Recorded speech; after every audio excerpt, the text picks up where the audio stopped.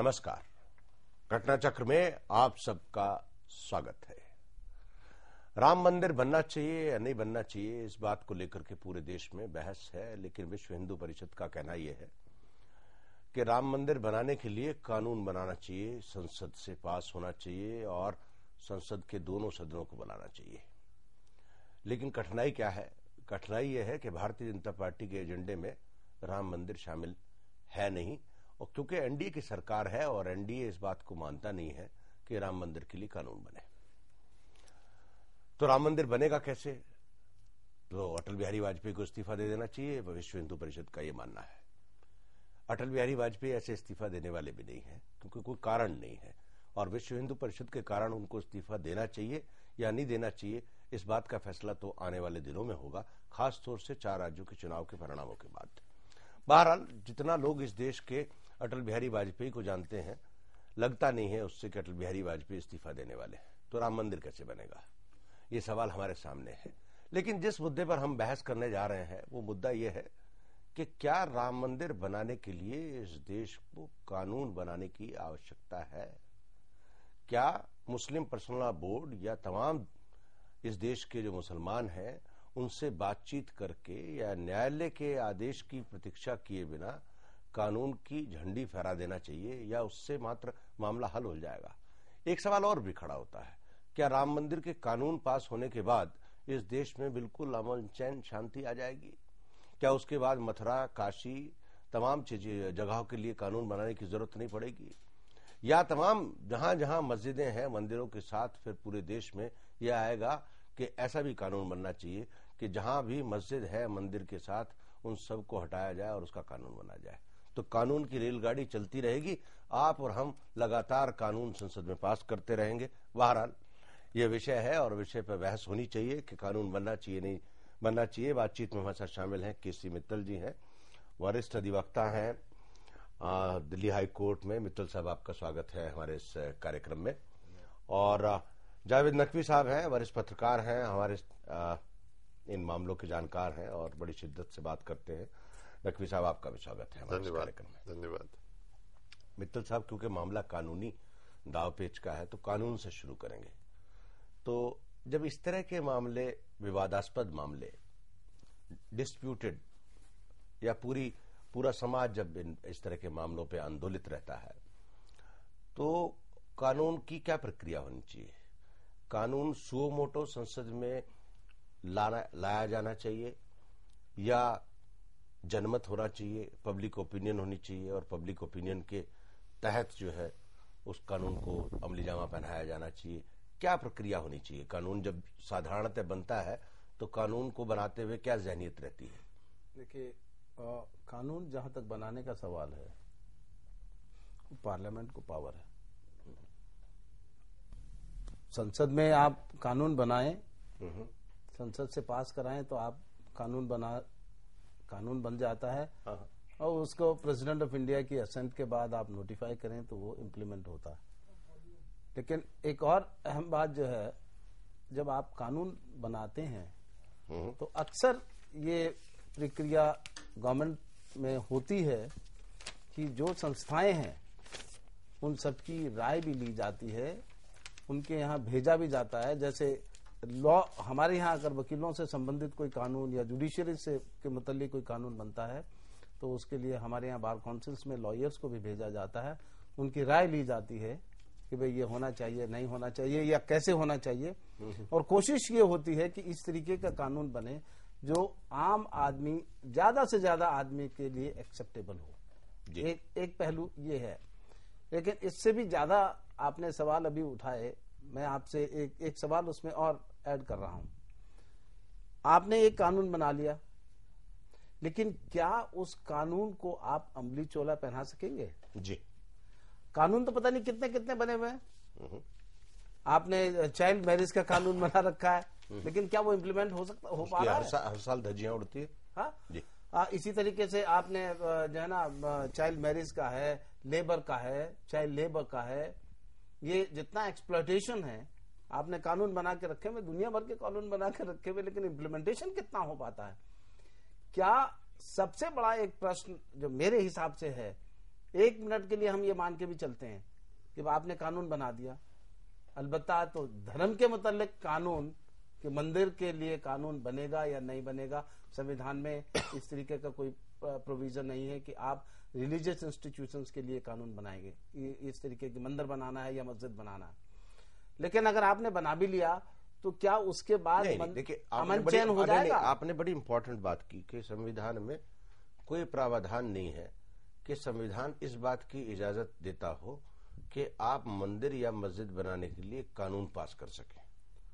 लेकिन सोमनाथ मंदिर के लिए कानून बना था। नहीं, दूसरी एक मैं इसके साथ दूसरी बात और बता रहा हूँ। देखिए, वो मैनेजमेंट डिफरेंट है जो आप जिस तरीके से कह रहे हैं। अब यूं तो आपने वैष्णो देवी के लिए भी जो है मैनेजमेंट ट्रस्ट बनाया, वो मैनेजमेंट एक डिफरेंट चीज हो।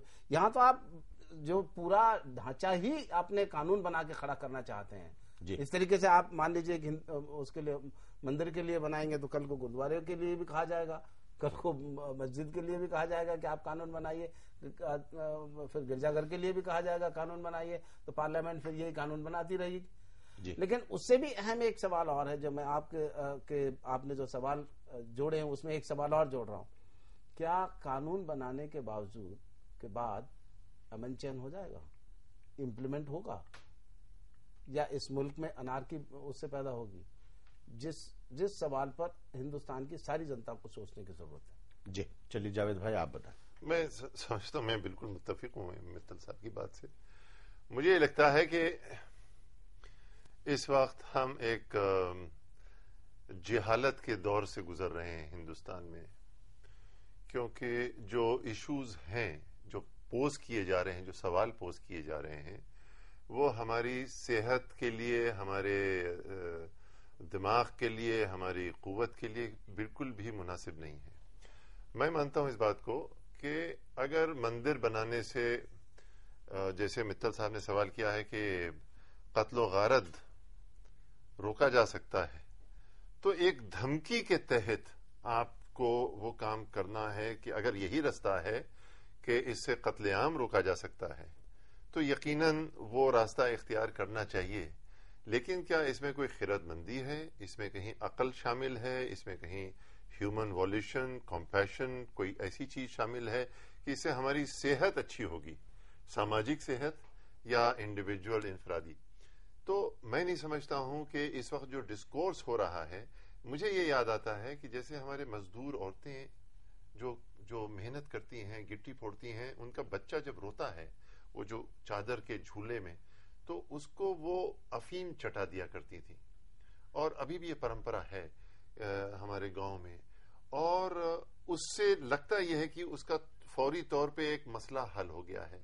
और मैं मजहब जैसी चीज को जब आप उसको एक सामाजिक रूप दे देते हैं, इतना बड़ा, इतना विराट रूप दे देते हैं कि अगर ये शर्त पूरी नहीं हुई तो कत्लेआम हो जाएगा और देश अस्त व्यस्त हो जाएगा, तो मैं समझता हूं कि वो ओपियम ऑफ द मासेस की शक्ल इख्तियार कर लेता है मजहब।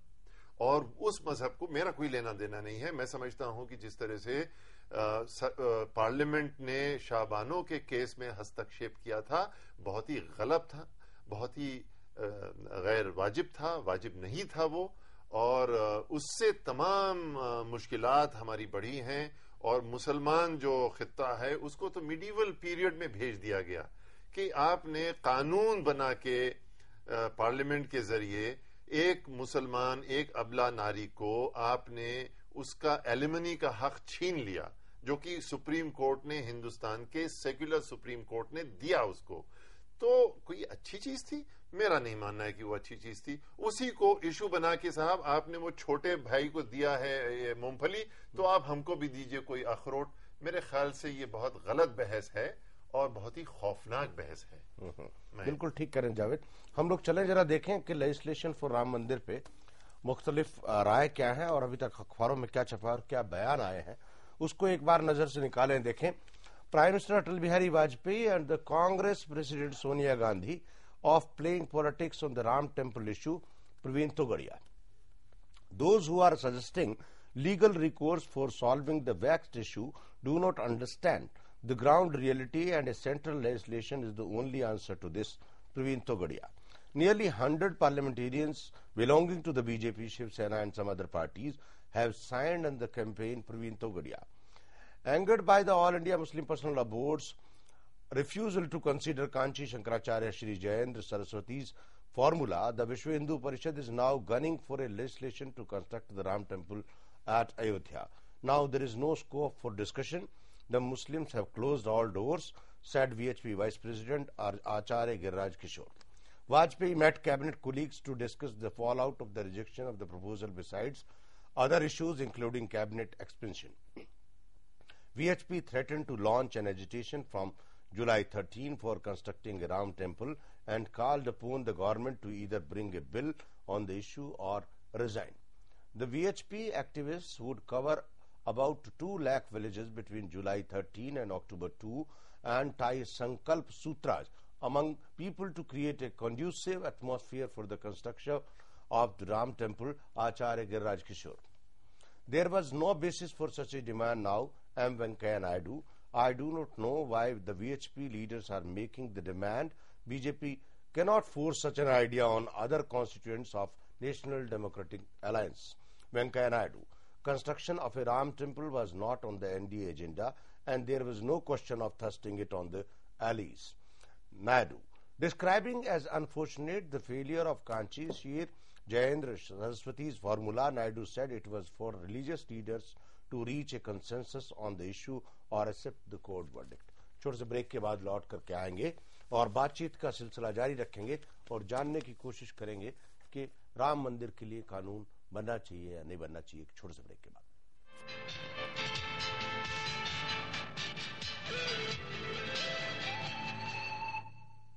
एमडीएच का नया राजमा मसाला प्याज टमाटर मिला जबरदस्त राजमा तैयार। छोड़ूंगा नहीं। MDH rajma masala.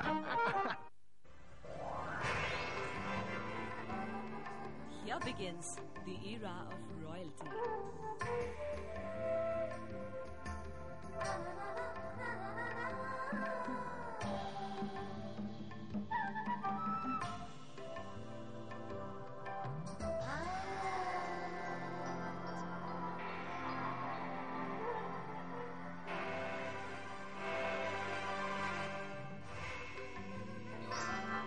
For designer clothing, of course. PP Design Estate from the house of PP Jewelers.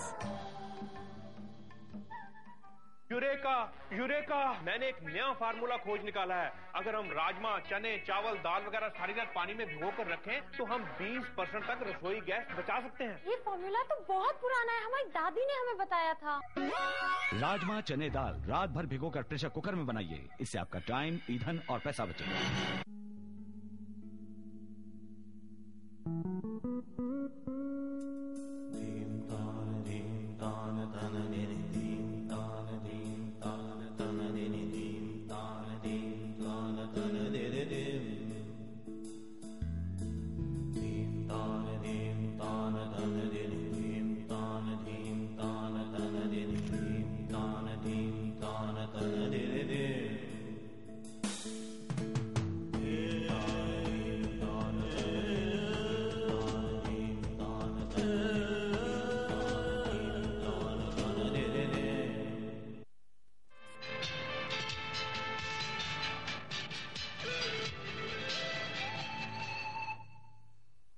घटना चक्र में आप सबका एक बार फिर से स्वागत है। राम मंदिर के लिए कानून बनना चाहिए न बनना चाहिए, ये लगता है इस देश में मुहिम के तौर पर चलेगा और इस साल लगभग 2004 तक तो ये जय घोष आपको सुनना ही पड़ेगा। कारण उसका बिल्कुल साफ है, 5 राज्यों के चुनाव और लोकसभा के चुनाव।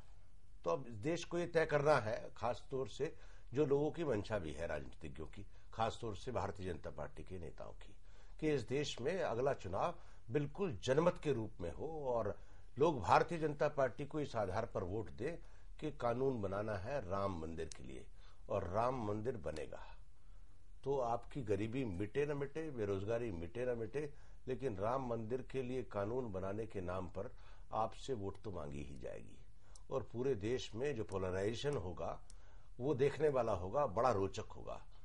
जैन टीवी का ये घटना चक्र लगातार आने वाले दिनों में इस बात की मुहिम चलाएगा कि राम मंदिर पे कानून बनना चाहिए या नहीं बनना चाहिए। लगातार हम प्रोग्राम करेंगे अगर आपके मन में कोई सवाल है और आप चाहते हैं आपके सवालों और विचारों को यहाँ प्रकाशित किया जाए या बताया जाए, तो आप हमें ईमेल कर सकते हैं। हमारा ईमेल है ghatna@jntv.com और आप हमको फोन भी कर सकते हैं। फोन आपको लगातार दिखाया जा रहा है। अगर आपके जहन में कोई विचार है, हमारे साथ बातचीत में शामिल है केसी मित्तल साहब, वरिष्ठ अधिवक्ता हैं, और जावेद नकवी जी, वरिष्ठ पत्रकार।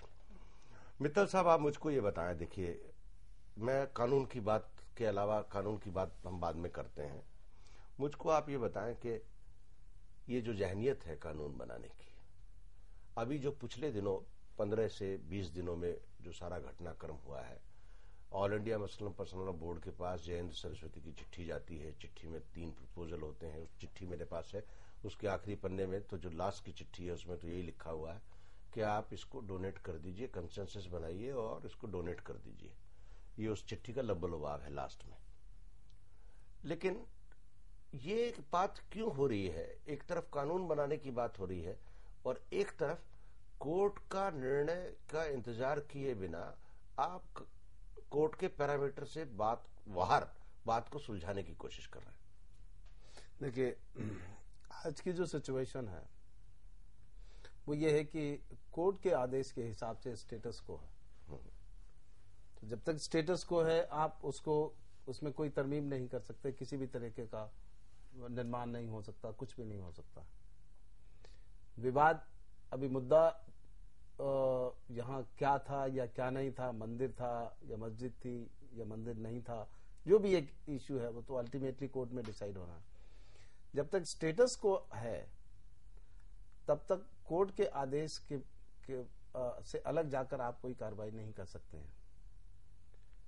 एक कोशिश जो कंप्रोमाइज की गई कि आपस में अगर कहीं दोनों पार्टीज में कंप्रोमाइज हो जाए और मसला बातचीत से कहीं हल हो सकता हो, तो आप बाद में कोर्ट में जाकर अर्जी दे सकते हैं कि साहब ये डिस्प्यूट हमारा कंप्रोमाइज हो गया है, लिहाजा हमारा सूट विड्रॉ करते हैं और अदालत से बाहर हमने सेटल कर लिया। तो जो सेटलमेंट होता है उसके हिसाब से आप उस पर कार्रवाई कर सकते हैं।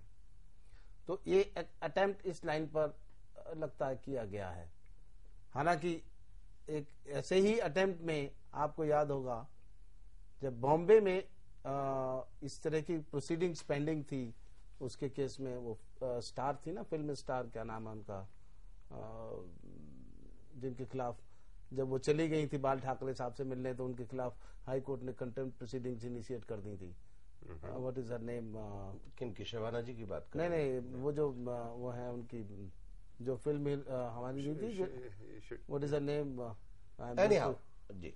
तो वो एक दूसरा मुद्दा है। अब सवाल ये है, जब स्टेटस को है तो आप उसको बदल नहीं सकते हैं, वहां निर्माण नहीं कर सकते हैं। वो ऑर्डर आप जब तक कोर्ट का मॉडिफिकेशन नहीं होता है तब तक आप एक बात और बताएं मित्तल साहब मुझको, कोर्ट का फैसले पे लोग इतने दिन से पूरा देश आंदोलित है और कोर्ट भी इस देश में ही है और माननीय न्यायाधीश भी इस देश के हैं, तो क्या कोर्ट सुओ मोटो इस तरह के केसेस को एक्सपेडाइट नहीं कर सकती है? क्या कोर्ट्स को पावर नहीं है? सुप्रीम कोर्ट को एक्सपेडाइट करना की पावर है, उसमें कोई दिक्कत नहीं है। हाँ। वो तो कोर्ट प्रोसीडिंग्स हैं, हाँ। कोर्ट को ही तय करना है। हाँ। डे टू डे हियरिंग करके पूरा देश आंदोलित है और इस देश में आप 100 करोड़ लोगों के जनमत का फैसला होना है और लोगों के मानस का फैसला होना है और कोर्ट पूरा देश कोर्ट की तरफ देख रहा है, तो ऐसा कौन सा जरूरी मसला है कि जो कोर्ट न चाहे तो वो तो तय नहीं हो सकता है? वो पावर है कोर्ट, नहीं तो फिर क्या एक्सपेडाइट करने की पावर तो है जी। आप डे टू डे हियरिंग करें या जैसे भी करें जी। और मैं समझता हूं कि इस तरीके के ऑर्डर हुए भी हैं सुप्रीम कोर्ट से जी। और जो अभी डिगिंग जिस तरीके से ऑर्डर किया गया है उसमें जितना भी टाइम लगेगा या जैसे भी लगेगा, कोर्ट ने उसके लिए कोशिश भी की है कि ये जल्दी से जल्दी हो जाए। तो मैं समझता हूँ, देखिए एक सबसे इस प्रक्रिया में कोर्ट में एक होता क्या है कि एविडेंस जो आती है ना, और जो एविडेंस दूसरी पार्टीज देती हैं, दोनों पार्टीज को मौका देना जरूरी है जी। अब वो एविडेंस आप कैसे कलेक्ट करते हैं, किस तरीके से आती हैं, ओरल एविडेंस भी होती है, डॉक्यूमेंट्री एविडेंस भी होती है, तो उस एविडेंस को कोर्ट के सामने इकट्ठा करने में टाइम लगता है जी। और मेन जो टाइम लगता है उसी में लगता है, जिसकी वजह से हो सकता है ये थोड़ी बहुत डिले भी है। बट बावजूद उसके प्रोसीडिंग्स ये एक्सपेडाइट होनी चाहिए, ताकि कम से कम देश के सामने एक अदालत का फैसला होगा कि इस विवाद का ये निर्णय कोर्ट से, एक प्रोसेस से ये निर्णय इसका है जी, जिसका कि मैं समझता हूँ सारा मुल्क इंतजार कर रहा है। जावेद, हम लोग चले थोड़ा सा 89 की तरफ चले, जी, विश्व हिंदू परिषद के आंदोलन की तरफ चले जी। और विश्व हिंदू परिषद 1964 में बनी थी, अगर जो मुझे याद आ रहा है जी, और इसी तरह के काम के लिए बनी थी। और 89 से तो बिल्कुल आंदोलन उन्होंने शुरू किया और विश्वनाथ प्रताप सिंह जी की सरकार चली कि जब लालू यादव ने आडवाणी जी को बिहार में गिरफ्तार किया, अगर आपको याद आ रहा हो। और 96 से ये लोग सरकार में हैं जी। नरसिम्हा राव की सरकार जाने के तुरंत बाद से आज 5 साल होने जा रहे हैं लगभग इनको, और 5 साल में ये लोग मंदिर नहीं बना पाए। आपको क्या गड़बड़ नजर आती है? क्या ये लोग सिंसियर नहीं है राम मंदिर बनाने के प्रति, या ये लोग एनडीए से वास्तव में ही एनडीए के एजेंडे से बंधे हुए हैं, या ये कोर्ट को शिरोधार्य मान करके चलते हैं? How you see this strategy? सबसे पहली चीज तो ये कि ये इशू जो है राम मंदिर का, ये विश्व हिंदू परिषद का इंतजार में नहीं था। मुझे याद है हम जब लखनऊ में जाते थे रिक्शे पे बैठ के लामार्टिनी और अपने स्कूल जाते थे, तो रास्ते में वो गेरवे में लिखा रहता है कि राम जन्मभूमि मुक्त करो या आजाद करो। याद नहीं मुझे ठीक से क्या एग्जैक्टली, लेकिन हमें समझ में नहीं आता था। उसी तरह से जैसे कि वो सत्य गुरु जय गुरुदेव सतयुग आएगा लिखा रहता था, या नो प्राउड, वो बाद में पता चला आनंद मार्गियों का नारा था। तो ये दीवार पे 60s में ये लिखा रहता था कि राम जन्मभूमि को मुक्त करो। तो मेरा उस वक्त जो बाद में तज्जिया किया तो ये आरएसएस का जो पूरी मुहिम है, और मैं विश्व हिंदू परिषद को ऐसा कोई नहीं मानता हूं कि ऊपर से टपका दिया गया एक मुहिम कायम करने के लिए। आरएसएस का मुनज़्ज़म बहुत अच्छा तय किया हुआ तरीका है। और दूसरी चीज ये है कि विश्व हिंदू परिषद को स्टेट पाल रहा है, स्टेट ऑफ इंडिया। मैं सरकार को नहीं कह रहा हूं कि राजीव गांधी की सरकार ने पाला या नरसिम्हा राव की सरकार ने निकाल दिया। स्टेट ऑफ इंडिया विश्व हिंदू परिषद को, क्योंकि वो हमारे रिप्रेजेंटेटिव नहीं है, वो आपने उनको इलेक्ट नहीं किया, ना आपने उनको इलेक्ट किया है, तो ये स्टेट ने उनको क्यों इस तरह से एक्नॉलेज किया है कि साहब विश्व हिंदू परिषद और मुस्लिम पर्सनल लॉ बोर्ड है किस चिड़िया का नाम?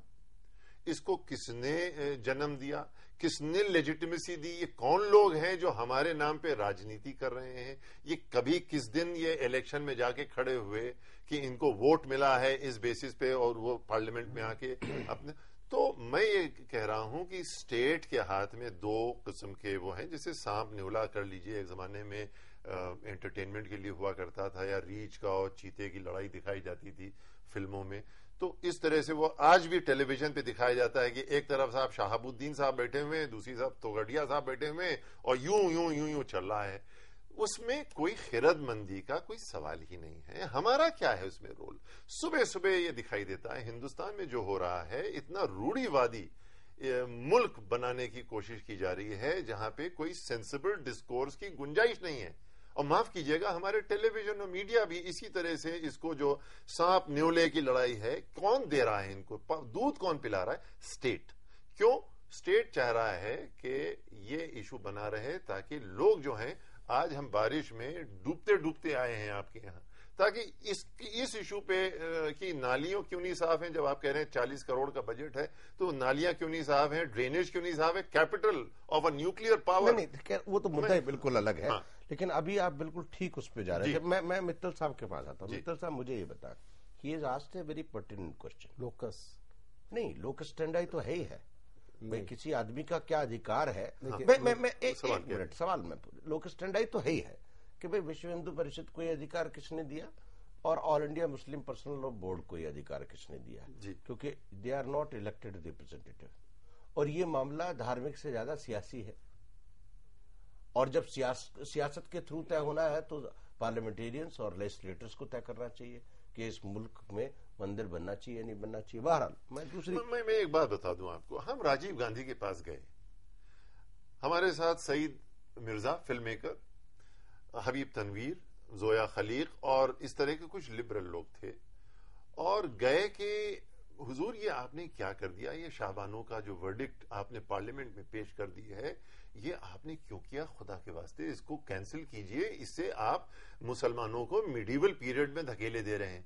You know what the prime minister of India of the day said, क्या आप लोग इतने लिबरल लोग हैं, मुझे मिलकर बड़ी खुशी हुई आप लोगों से, लेकिन आप जाइए और मेरा ख्याल ये है कि मुस्लिम पर्सनल लॉ बोर्ड को कन्विंस कीजिए, क्योंकि वही लोग हैं जो ये सब काम कर सकते हैं।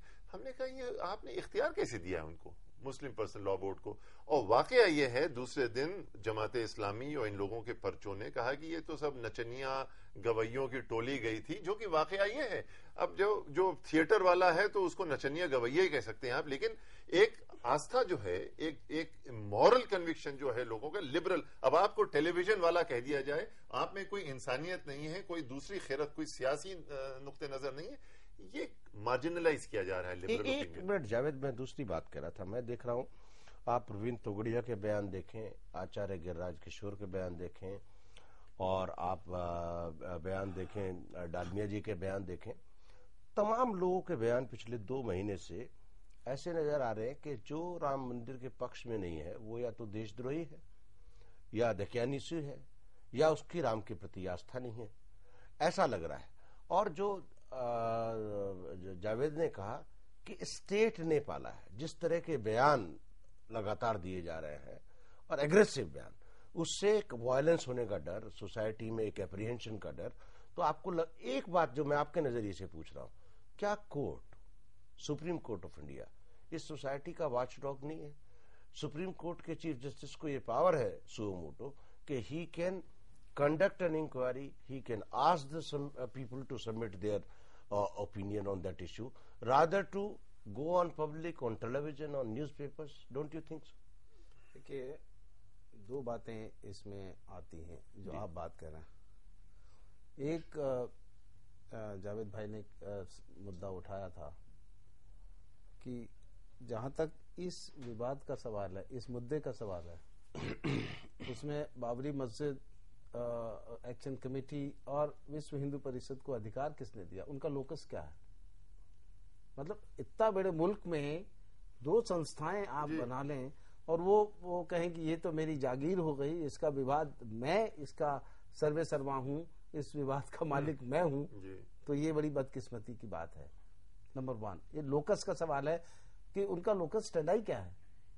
सही मायने में देखा जाए, जो पार्टीज कोर्ट में हैं, विवाद जहां चल रहा है, तो वो पार्टीज अपने आप को डिसाइड करेगी। दूसरा जो सवाल, एक और अहम सवाल है, मैं अभी तक हैरान हूं इस बात पर कि एक विवाद कोर्ट में पड़ा हुआ है, वहां से स्टेटस को है, वहां ट्रायल चल रहा है, बावजूद उसके आप स्टेट इस बात की इजाजत दे रही है और कोर्ट में उसमें कोई कार्रवाई नहीं कर रही है कि आप जो चाहें, जैसे मर्जी चाहें, मार्केट में जाके और बाजार में जाके जैसे मर्जी बयानात देते रहें, जो मर्जी बनाते रहें, पब्लिक ओपिनियन जो करते रहें। तो फिर नहीं, मैं आपसे वही सवाल कर रहा हूं भाई, आप मुझे नहीं भाई, कानून में, बल्कि कानून में मैंने आपको, देखिए, शायद मैं जब मैंने आपको अभी जब जिक्र किया था बॉम्बे हाई कोर्ट के मसले का, उसमें सवाल क्या था कि कोर्ट में मामला पेंडिंग था और उस दौरान में कंप्रोमाइज के लिए जब वो बाल ठाकरे के यहाँ गई, वो फिल्म के रिलीज का मसला था, मनीषा कोइराला जी, तो हिजरेट, तो उस दौरान में कोर्ट ने कंटेम्प्ट इनिशिएट किया था उसके खिलाफ and she went and apologised in court. अब हमें समझ में नहीं आ रहा कि जब एक मामला इस तरीके से इतने सालों से पेंडिंग है और इतना कुछ सब कुछ हो रहा है, अखबारों में भी आ रहा है, इतना प्रोवोकेशन भी हो रहा है, स्टेट भी चुप है, हर कोई चुप बैठा है और उसको बर्दाश्त किया जा रहा है। ये हैरत की बात है। नहीं, मैं एक बड़े इंपॉर्टेंट बात कर रहा हूं, जब आपको मैं मौका दूंगा, मैं ये जानना चाह रहा हूं कि एक जो स्वयं प्रेरणा से सुओ मोटो जो एक्शन लेने की सुप्रीम कोर्ट की ताकत है, सुप्रीम कोर्ट क्यों नहीं रिएक्ट करता है? देखिए, सही मायने में तो सुओ मोटो भी रिएक्ट किया जा सकता है सुप्रीम कोर्ट के लेवल जब पे, करना होता है तो अरुंधति रॉय को जाके एक दिन के लिए जेल में डाल देता है सुप्रीम कोर्ट। ऐसा तो नहीं है, आप इतना ब्लेम कोर्ट्स को मत करिए जी। वो एक पहलू दूसरा है। देखिए नहीं, एक मिनट मित्तल साहब, दो तरह के ऑप्शन है तकरीबन, या तो रिट ऑफ जनरली नहीं, ऐसा नहीं है। जनरली क्या है, मैं आपको बताता हूँ जी कि सुओ मोटो कोर्ट प्रोसीडिंग्स जो हैं, वो पावर एक डिफरेंट किस्म की पावर है।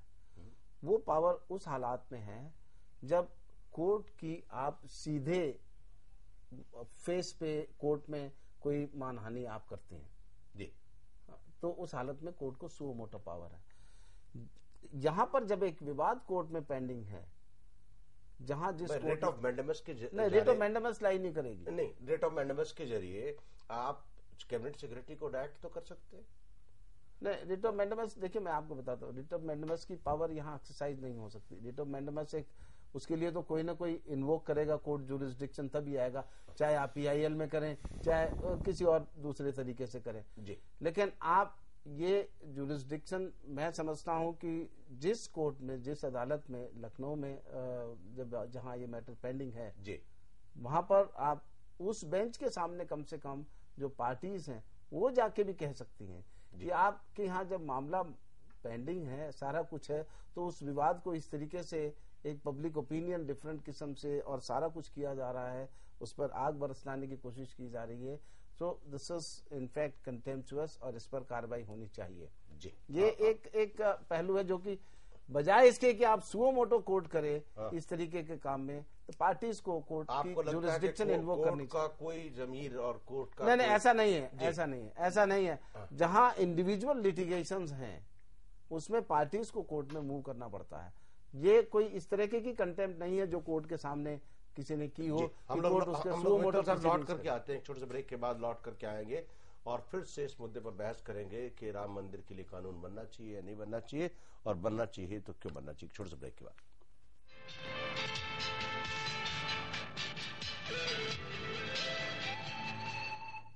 तवा फ्राई भरवा मसालेदार MDH का नया तवा फ्राई मसाला, सब्जी में भरा या ऊपर लगाया, छोड़ूंगा नहीं। MDH Tawa fry masala.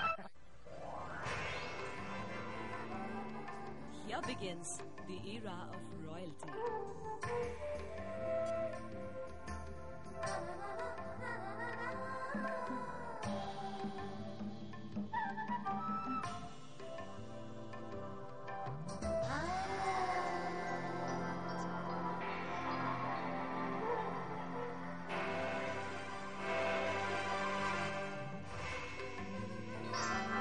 For designer clothing, of course. PP Design Estate from the House of PP Jewelers.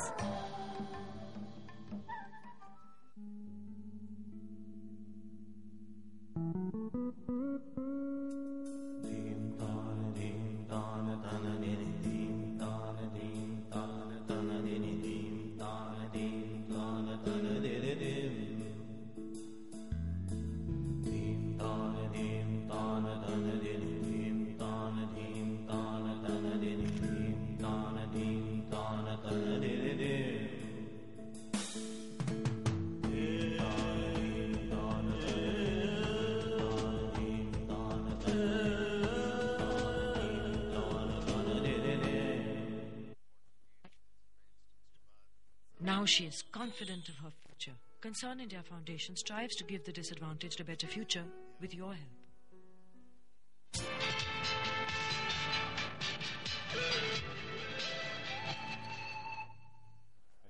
घटना चक्र में आप सबका एक बार फिर से स्वागत है। हम लोग बातचीत कर रहे हैं कि राम मंदिर इस देश में बनना चाहिए और उसको बनाने के लिए कानून बनना चाहिए या नहीं बनना चाहिए।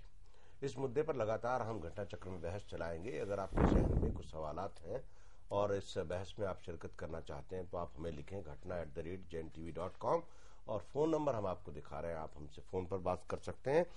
बातचीत पर जाने से पहले केपी सिंह हमारे एक दर्शक हैं, लाइन पर हैं। केपी सिंह जी, आपका स्वागत है हमारे इस कार्यक्रम में। बताइए आपका क्या सवाल है। KP Singh ji, hello. Hello KP Singh ji, आपको मेरी आवाज आ रही है? Hello hello. हाँ जी, बताएं। हाँ त्यागीदार, नमस्कार। नमस्कार।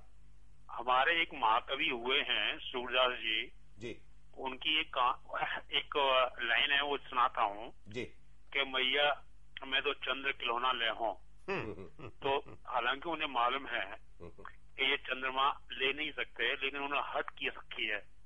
ठीक उसी तरह से हमारी बीएचपी को मालूम है कि ये समस्या लॉ बनाने की तो नहीं है, क्योंकि लॉ बनाया भी नहीं जा सकता, क्योंकि स्टेटस को है, जैसा मित्तल साहब कह रहे हैं, या जो ऑलरेडी सुप्रीम कोर्ट, जो अपेक्स कोर्ट है हमारी लैंड की, उसके विचाराधीन ऑलरेडी मैटर है जी। तो उसको ओवरटेक करने का प्रोसीजर होगा ये जी। अगर इसको ओवरटेक करेंगे ये, तो इसके लिहाज से ये हुआ कि ये तो फिर आगे जो है ना, जो पाकिस्तान में जैसे होता है, जिनको हम फंडामेंटलिस्ट कहते हैं, ठीक इसी तरह से क्या इनका एक्शन जो फंडामेंटलिस्ट वाला नहीं हुआ। और अगर इन्होंने यही करना है तो अगर पार्लियामेंट का वेट क्यों करते हैं, ये ऑर्डिनेंस के थ्रू कर सकते हैं। ऑर्डिनेंस लाएं, ऑर्डिनेंस लाने के लिए प्रेसिडेंट से पास कराएं और उसके बाद इसको इम्प्लीमेंट करें, then they go for the election, then they will get the absolute majority. बिल्कुल ठीक कह रहे हैं केपी सिंह जी। पर मैं आपको बता दूं, आपकी सूरदास वाली पंक्ति पे मुझे एक याद आ रहा है कि अकालियों में कहते हैं, अकाली के दलों की जो पॉलिटिक्स होती है उसमें कहते हैं बोलो ऊंचा ते रहो नीवा, यानी कि डिमांड जी अकाली बोलते हैं पंजाब में, बोलो ऊंचा ते रहो नीवा, यानी कि डिमांड तो बड़ी बड़ी करो लेकिन नीचे रहो, जमीन पे रहो। ये अर्थ है उसका। बहरहाल आपका बहुत बहुत शुक्रिया सिंह साहब, आपने हमारे को फोन किया और प्रोग्राम में शिरकत की। मित्तल साहब, जावेद भाई, मित्तल साहब से पहले आप कुछ कहना चाहते हैं? जी, मैं सिर्फ ये कहूंगा कि एक और मसला जो मित्तल साहब ने इशारा किया उस तरफ, कि कुछ चीजें होती हैं आस्था की जो नॉन जस्टिफिएबल होती हैं, उन पे कोई आप कानूनी फैसला नहीं सुना सकते हैं। बहुत सी चीजें हैं मजहब को लेके, अगर कोई आदमी अगर कल पिटीशन दायर कर दे कि साहब पैगंबर साहब के बारे में कहा जाता है और लोगों की आस्था है कि वो चांद के ऊपर गए, वो सफेद घोड़े पे सवार होके, और फिर उन्होंने चांद के 2 टुकड़े किए और फिर उसको जोड़ दिया और अपनी कुव्वत दिखाई उससे, और लोगों को यकीन है, मुझे नहीं यकीन है कि ऐसा हुआ है, लेकिन लोगों को यकीन है। तो अब मैं जाके साहब कोर्ट में एक फैसला करा देता हूं, तो ये जो है, या ईसा मसीह जो है वो एक दिन उनकी वो फौत हो गए, दूसरे दिन तीसरे दिन वो फिर रिजरेक्ट हुए। अब ये आम शऊर में आने वाली बात नहीं है, लेकिन आस्था वाली बात है। अब इसमें सुप्रीम कोर्ट कहां से, रामचंद्र जी यहां पे पैदा हुए। मैं आपको बता रहा हूं, मैंने पुलिस वाले से वहां पूछा जो बाबरी मस्जिद में खड़ा था 1 साल पहले उसकी शहादत की। मैंने पूछा कि भैया यहाँ 303 लगे लटकाए हुए हो, तुम ये बताओ हमको कि ये रामचंद्र जी कहाँ पैदा हुए थे। कहीं वो जो पुजारी जी खड़े हुए हैं वही के समझो 4-5 फुट यहर वहर। तो मैंने पूछा कितने बरस हो गए हैं इसको, कहीं मुंह में खैनी डाल के कहने लगा 9 लाख साल हो गए हैं, सुना है ऐसा।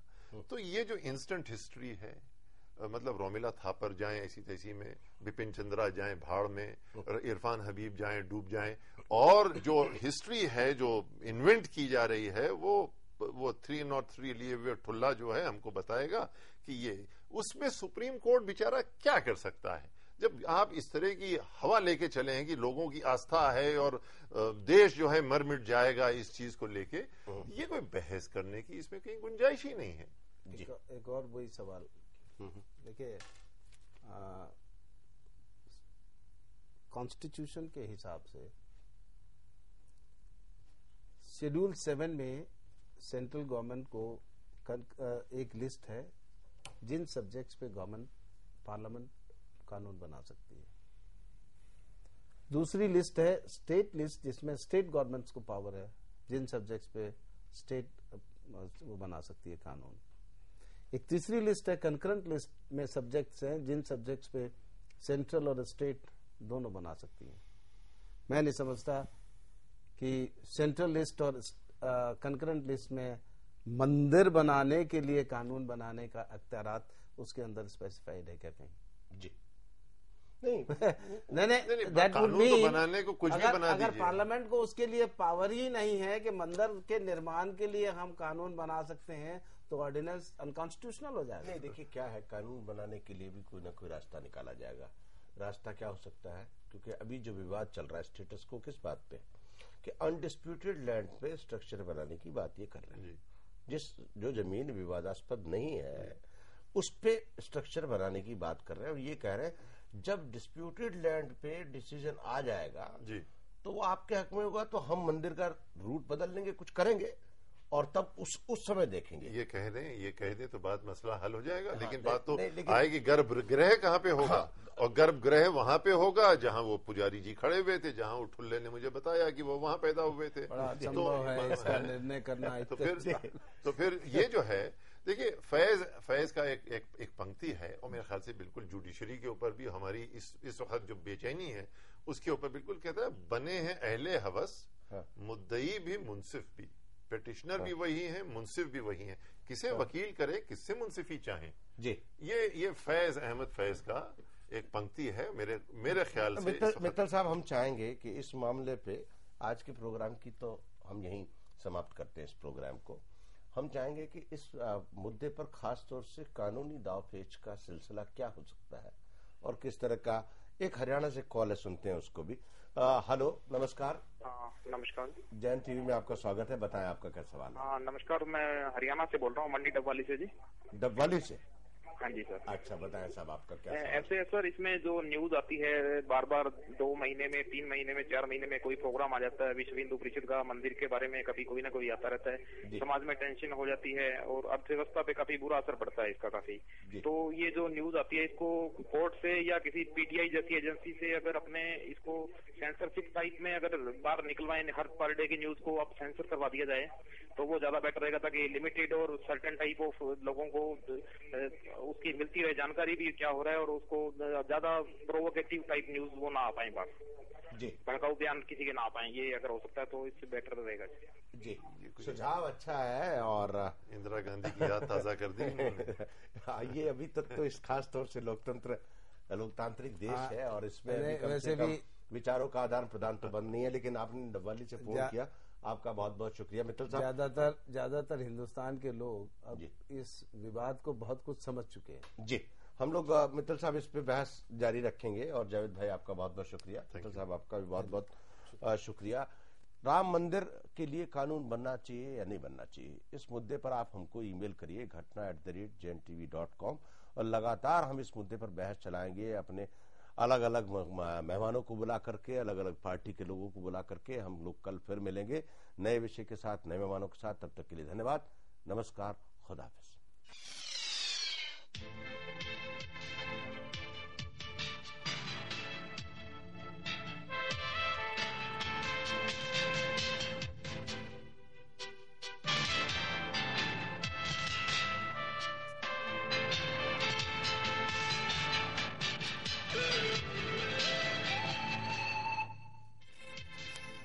घटना चक्र सह प्रायोजक MDH मसाले, असली मसाले से MDH और